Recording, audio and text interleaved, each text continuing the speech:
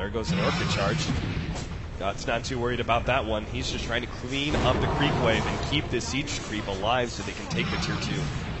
They used the Orchid already on G. It should be refreshing up soon, but this tier 2 tower is going to go down. He actually runs forward on Glimmer Cave. They do have the dust to be able to reveal him, and they're just staying at a distance. I love this. They surround Puppey, but make sure that they're not going to group up too much for a black hole, because there is always the danger of Zai counter-initiating at that point with a vacuum, and then you're getting a 3 or 4 man black hole. That could be the whole entire fight right there. Everybody from VP is just playing so safe right now. They just kind of surrounded him and made sure that G was in the front with the Aegis. So Secret didn't want to hard commit, because you don't want to fight into a Storm who suddenly has a refreshed mana pool. So you've just got to wait that out, and I think their timing is wait for RTZ to get his BKB, which he's kind of close to, and then just go for it. At this point, the late game is not in your favor whatsoever. Lowe's going to start building towards that Aghanim Scepter. We also have an Orchid being built now by G. Especially with the lack of BKBs. I mean, Arteezy's going to try and build one now. He already has the Overclub, but Darkseer doesn't typically build a BKB, at least not very early on. Luna's going to be forced into a rush, but she's already so far behind. And then S4, he's already has his. Oh, they're actually moving in for S4 right now. Close. He's got the Echo Slam. They have the instance done. They're going to chain lock him down. Laguna Blade, Fisher, everything being blown for such a critical pickoff. And that's what I mean. That's 502 gold going their way. You don't want that much net worth on a Queen of Pain. It's just so easy to kill. We're seeing that demonstrated right now. No time to respond with the BKB whatsoever. She is level 15. He still has a ton of farm, but he just needs some form of backup when it comes to net worth. You've got Puppey, who's the second highest on your team. That's definitely not what you want to see if you're a Secret fan. He's got a Vanguard and a Glimmer Cave, items that don't necessarily win you team fights. DK Phobos, he's actually building for a Yule Scepter now.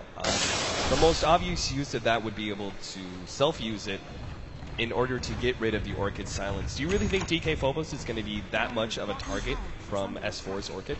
I think part of it, too, is that he notices that Puppey's not going for the BKB, so it's an easy way for him to stop the black hole as well. Okay. You're just giving yourself as many ways as you can to win the fight. Right. FNG's got a Yule Scepter of his own, so multiple Cyclones are going to be coming out from the Virtus Pro team.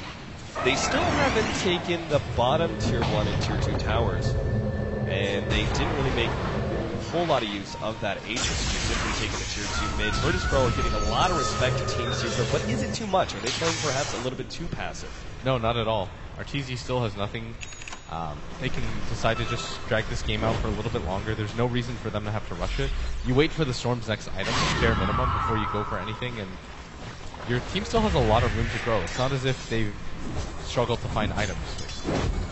Illidan can decide to go for a Hex pretty soon at some point, or even a Linken's to help us Storm out further. You can see G go for that Orchid before you decide to go for the push. You feel like you have an advantage, so you probably go for the tier 2, but there's no reason to jump into the tier 1 and tier 2 bottom yet. Alright, the tier 2 easily going to be taken by Virtus Pro. Secret are doing something similar here at the bottom lane. The straight up trade off, but the glyph advantage is there for Virtus Pro. Yeah, they want to actually force Team Secret back to the base right now.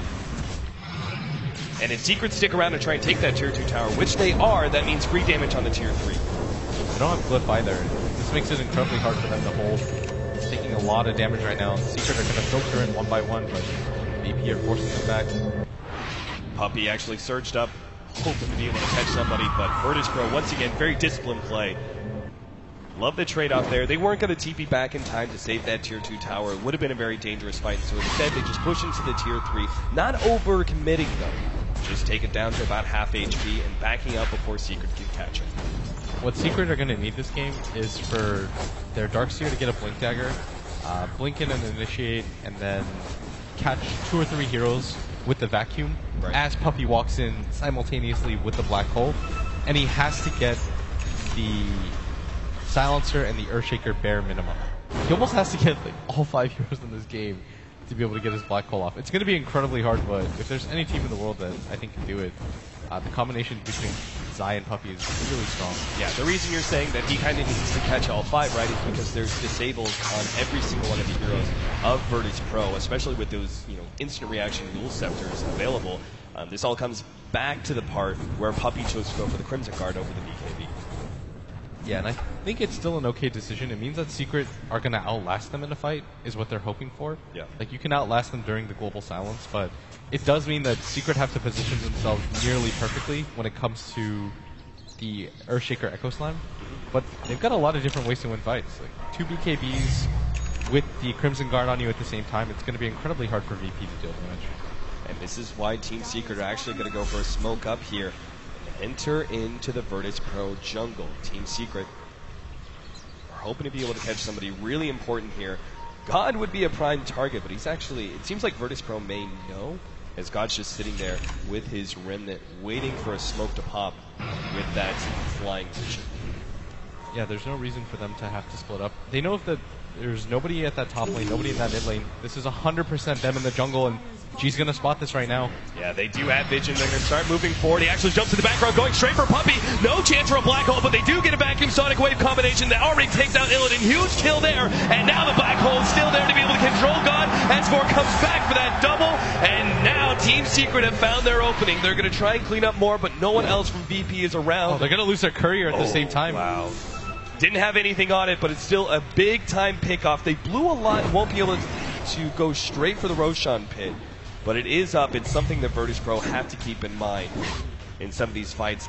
I love the choices there by Team Secret to go for Illidan with the Orchid first, knowing that he doesn't have a BKB to be able to defend himself. They just essentially blow him up right away, and there's no global silence, which means that Puppey, with this Glimmer Cape and Crimson Guard build, was able to survive through the initiation of God, as you said, and was still able to get off the black hole after the Orchid faded.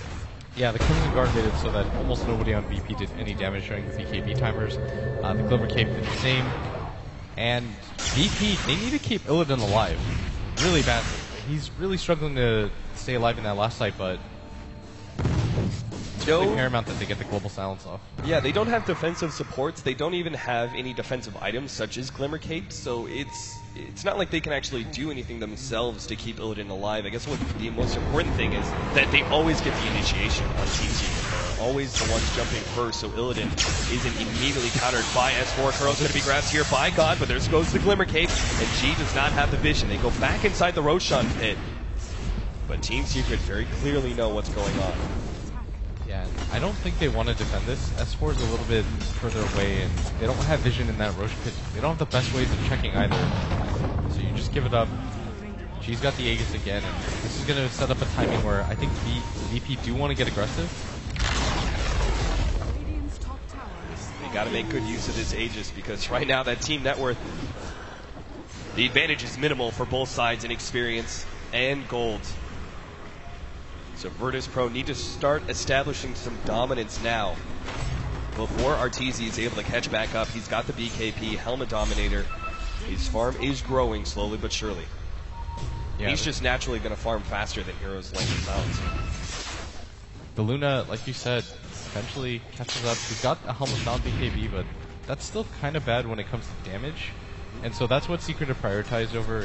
Damage is just outlasting their opponents more than anything. Illidan is going to be caught here. He can't actually TP up because there is going to be a vacuum to bring him back into that wall. S4 lets loose the ultimate now and catches 3 in the process.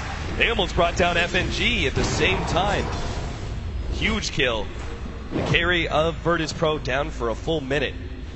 And prime opportunity for Team Secret to push forward and start taking some farm. Arteezy already grabbing as much as he can in the enemy jungle, now back up to that bottom lane, which is pushing in. S4 is just dominating this game right now. VP, they can't afford to leave their base by themselves in this situation, because S4 will hunt you down every single time. That combination of the Ion Shell, where he slows you and is able to blink on top of you, does a ton of damage. You can't fight back into it. This almost reads to me that the Silencer has to get a Hex as fast as he can, or even something like the Yule Scepter, because even with the Hex, I think he would struggle to stay alive against the Queen of Pain, who just BKBs. Yeah, he's going to grab one right now. He's really close to it, just 700 gold off, and with that timing, I think they just go for the tier 2 bottom, maybe even smoke up, and just try to end the game. But even their high ground is kind of bad. Storm Spirit plus Silencer aren't the heroes that you necessarily want to be on the high ground. You want them to counter-initiate, so it's going to be up to Lil getting an Aghanim Scepter, so he has 3 birds to be able to go for safe tower pushes. Right. Otherwise, you have to go for a gank beforehand. What about our Storm Spirit? He's got 2,300 gold right now. And he still is going to have issues with the Black Hole. Does he go for BKB?